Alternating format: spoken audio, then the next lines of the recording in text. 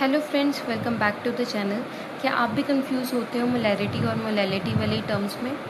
तो आज हम ये टर्म्स को सिंपल लैंग्वेज में विद डायग्राम समझेंगे।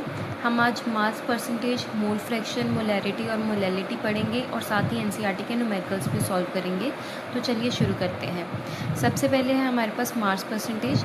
तो मास परसेंटेज बेसिकली हमें बताता है कि एक अगर हमारे पास 100 ग्राम का सोल्यूशन है तो उसमें कितने ग्राम्स ऑफ सल्यूट प्रेजेंट है। जैसे ये मान लो हमारे पास एक 100 ग्राम का सोल्यूशन है तो उसमें जो सल्यूट है ये कितना प्रेजेंट है, इसी को हम क्या बोलते हैं, मास परसेंटेज।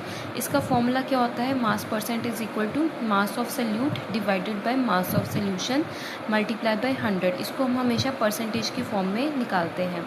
फॉर एग्जाम्पल हम ले लेते हैं कि हमारे पास एक ये सोल्यूशन है 100 ग्राम्स में, जिसमें जो सोल्यूट है वो 10 ग्राम्स है।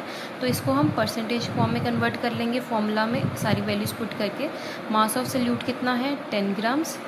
मास ऑफ सोल्यूशन क्या है, 90 प्लस 10 क्या हो गया, 100। तो ये हमेशा 100 ग्राम ही होगा, मल्टीप्लाई बाय 100।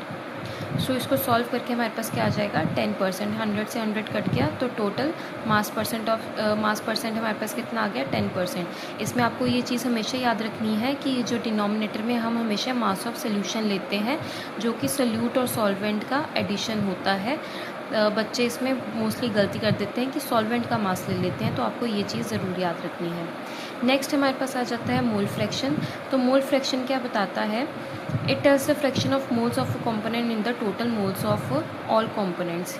कि अगर हमारे पास टोटल नंबर ऑफ मोल्स हैं, ये सारे मोल्स का अगर हम टोटल निकाल लें तो उसमें हम एक कंपोनेंट का मोल निकाल सकते हैं। जैसे हमारे पास एक ये सोल्यूशन है जिसमें एक ए कंपाउंड है और एक बी कंपोनेंट है। तो इसमें अगर हमें बताना है कि मोल्स ऑफ ए कितने हैं या मोल्स ऑफ बी कितने हैं, तो उसके लिए हम मोल फ्रैक्शन का यूज़ करते हैं।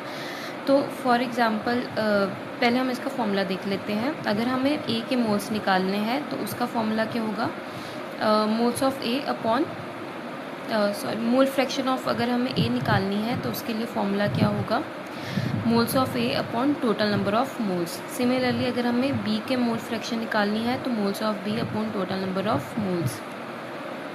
इसको भी हम एग्जांपल के थ्रू समझ लेते हैं। मान लो अगर हमें मोल्स ऑफ ए गिवन है 2 और मोल्स ऑफ बी गिवन है 3, तो टोटल मोल कितने हो गए हमारे पास, 2 + 3 5। तो अगर हमें ये ए के मोल फ्रैक्शन निकालनी है तो नंबर ऑफ मोल्स ऑफ ए वो कितने हैं, 2, और टोटल नंबर ऑफ मोल्स मतलब 2 + 3 5। इसको सॉल्व करके आ जाएगा हमारे पास 0.4। उसी तरह से हम बी के भी निकाल सकते हैं।